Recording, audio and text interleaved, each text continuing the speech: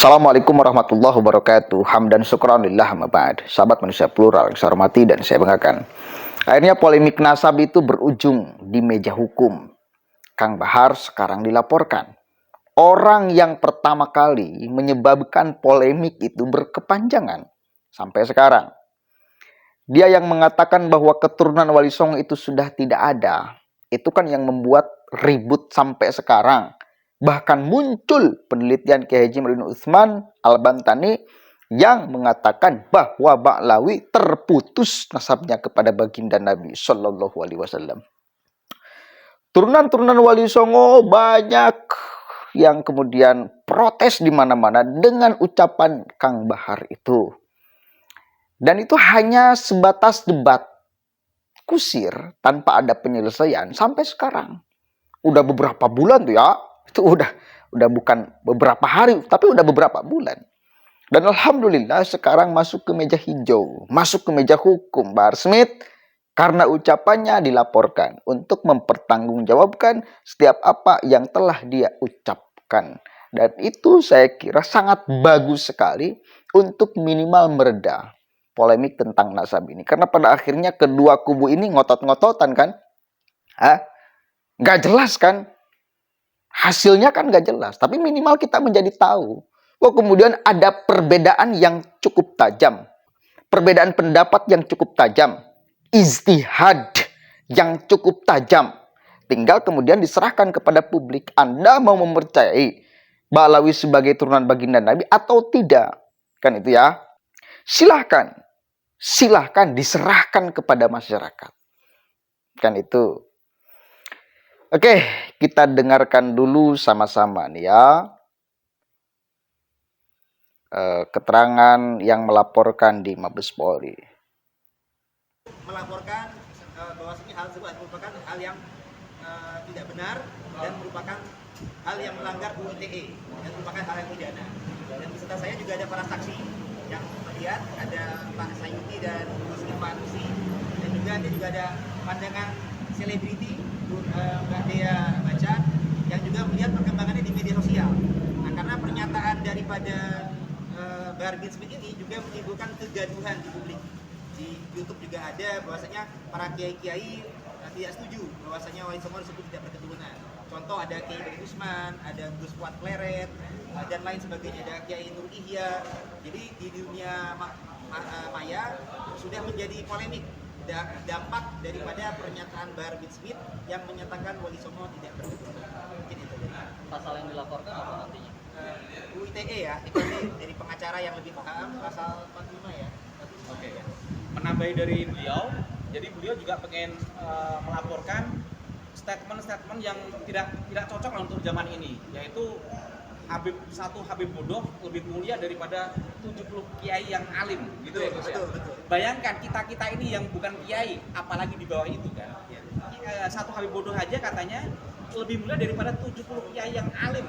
Apalagi kita yang bukan kiai bisa jauh lebih rendah dari satu Habib yang bodoh. Apa kita terima di zaman modern seperti ini? Nah, Oknum Habib yang kami laporkan ini, Bahar bin Smith, ini memiliki kebiasaan yang cukup buruk, mengaku cucu Nabi tapi tidak menampakkan akhlak yang baik, suka mencaci maki, merendahkan para kiai yang sebagaimana disebut tadi, merendahkan keluarga Wali Songo dan keturunannya. Nah, kalau tokoh-tokoh seperti Wali Songo dan juga kiai-kiai saja direndahkan, bagaimana dengan bangsa kita?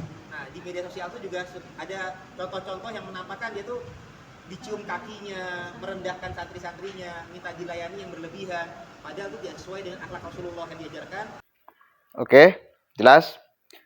Saya cukup senang dengan adanya informasi kayak gini. Biar kejelasan itu semakin semakin dekat untuk kita bisa dapatkan. Ya. Kenapa? Karena kalau hanya bergulir bernarasi di media sosial, susah kita ingin mendapatkan ujungnya, kesimpulannya. Kalau sudah masuk ke meja hijau, kalau sudah masuk ke meja hukum, mungkin beda lagi ceritanya ya.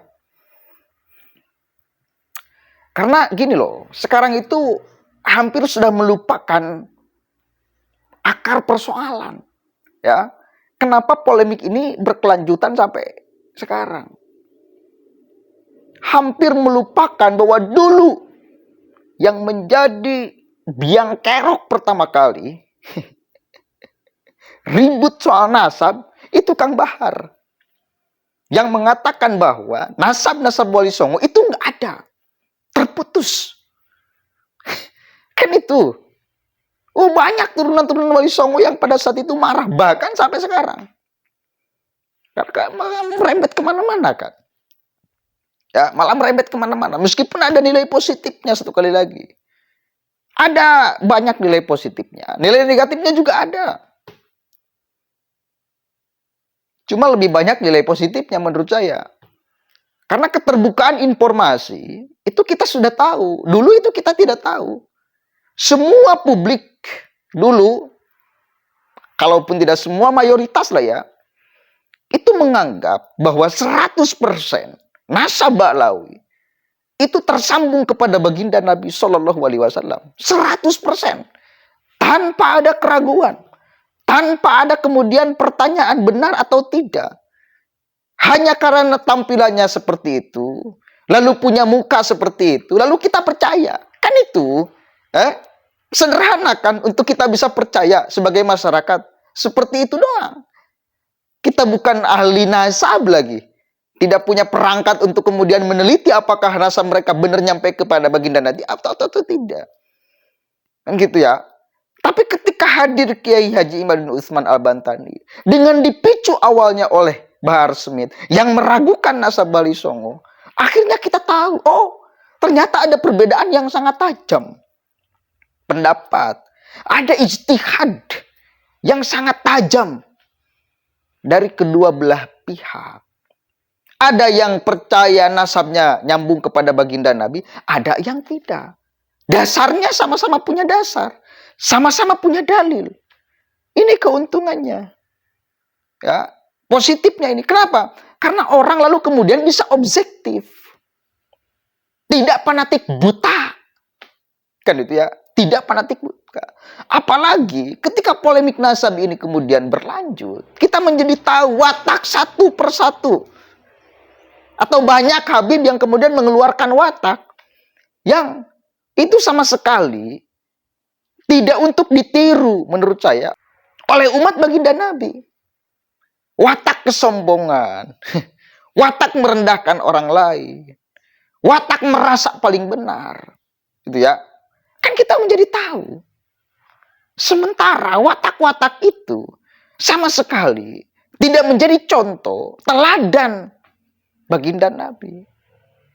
Dan kita menjadi tahu bahwa selama ini mereka merasa wa yutahhirukum tathhir. Merasa disucikan. Dan mungkin ini menjadi sebab orang luar biasa fanatiknya. Bahkan ada orang yang siap mati membela mereka. Kan itu. Saya tahu adalah siap mati loh. Kenapa? Ya karena mungkin menganggap bahwa mereka adalah orang suci yang fatwanya harus diikuti. Apapun fatwanya harus diikuti. Tidak mungkin salah. Kita menjadi tahu gitu loh. Kita menjadi tahu itu. Kenapa? Karena buruk untuk kualitas ilmu pengetahuan berkembang. Kalau kemudian doktrin ini terus dianut oleh kita. Ya. Dan ketika hadir Kiai Haji Imad bin Utsman Al-Bantani, saya kira lambat laun doktrin itu akan remuk secara sendirinya. Karena pada akhirnya publik akan secara sendirinya sadar. Oh iya, oh iya, oh iya, oh iya. Harusnya biasa aja, nggak boleh fanatik buta. Kan itu ya. Harusnya biasa aja, wong ada perbedaan pendapat. Kebenar atau tidaknya dia tersambung kepada Nabi atau tidak. Dan akhirnya kita tahu doktrin-doktrin mereka. Misal ada novel Ali Drus yang mengatakan, yang mengkritik Habib itu adalah iblis. Itu jelas. Upaya untuk supaya orang menjadi hamba dia. Tidak boleh mengkritik dia. Dia boleh mengkritik orang lain dan orang lain tidak boleh mengkritik. Ini kan tidak fair. Dan orang percaya sebelum ada penelitian Kiai Imad. Tapi sekarang alhamdulillah saya kira ketika ada penelitian Kiai Imad, orang lalu akan biasa-biasa aja kepada mereka. Ya, kalaupun mencintai biasalah, menghormati biasalah. Jadi kita mencintai, menghormati orang lain sekarang, ya mayoritas orang-orang yang berpikir lebih kepada bukan karena nasabnya, tetapi karena sikapnya, tetapi karena ilmunya, tetapi karena akhlaknya, tapi karena kontribusinya terhadap umat ini. Kan itu, lebih kepada itu. Dan ini kemudian ya terbuka sampai sekarang. Kita menjadi paham. Banyak masyarakat yang mulai paham tentang itu. Banyak yang membedah urusan nasab. Kan itu ya, itu keren loh. Dan itu saya kira tidak hanya berlaku bagi anak cucu Habib, termasuk anak cucu Kiai. Ya, anak cucu Kiai juga sama. Tidak adalah beda, sama aja seperti kita. Berpotensi salah sama. Segala macam kan itu. Itu penting. Kelakuan Habib-habib yang bobrok juga kemudian kita tahu sekarang. Tadi saya tampilkan berita tahun 2011 yang begitu sadis. Seorang Habib katanya pemimpin majelis sholawat, tetapi dia dengan tega membunuh satu keluarga. Itu membuktikan, menunjukkan bahwa mereka tidak wayutohirukum tathira. Udah, itu nggak bisa dibantah itu. Ya, itu nggak bisa dibantah. Itu fakta, nggak bisa dibantah. Apapun bantahannya nggak bisa. Begitu ya. Dan alhamdulillah kita menjadi tahu lah. Satu kali lagi kembali ke persoalan, Bahar Smith akan kembali berhadapan dengan hukum dan kita akan tunggu nanti kelanjutannya akan seperti apa. Mampukah Kang Bahar mempertanggungjawabkan setiap apa yang dia ucapkan, atau dia akan ngurung di jeruji besi karena mempertanggungjawabkan apa yang dia ucapkan, atau akan islah minta maaf. Mudah-mudahan cepat menemukan ujungnya akan seperti apa ya, karena ini akarnya ya, ini akarnya. Kalau persoalan nasab baklawi tersambung atau tidak, saya kira tetap akan susah diterangkan lagi ke publik 100% kebenarannya ataupun kesalahannya. Tetap susah karena kedua kubu pun merasa ada keyakinan masing-masing dan susah kita harapkan misal kalaupun Kiai Imad tesisnya benar, mereka akan percaya 100%, pengikutnya akan percaya 100%. Begitupun sama ketika Kiai Imad salah, susah karena mereka ternyata juga tidak bisa menjawab apa yang selama ini menjadi pertanyaan Kiai Imad dan sebagainya. Akhirnya ujungnya tergantung keyakinan masyarakat. Yang jelas jangan sampai kita fanatik buta menganggap bahwa orang itu benar-benar orang-orang suci yang tidak boleh dikritik, yang boleh seenaknya kepada kita. Itu aja poinnya menurut saya. Assalamualaikum warahmatullahi wabarakatuh.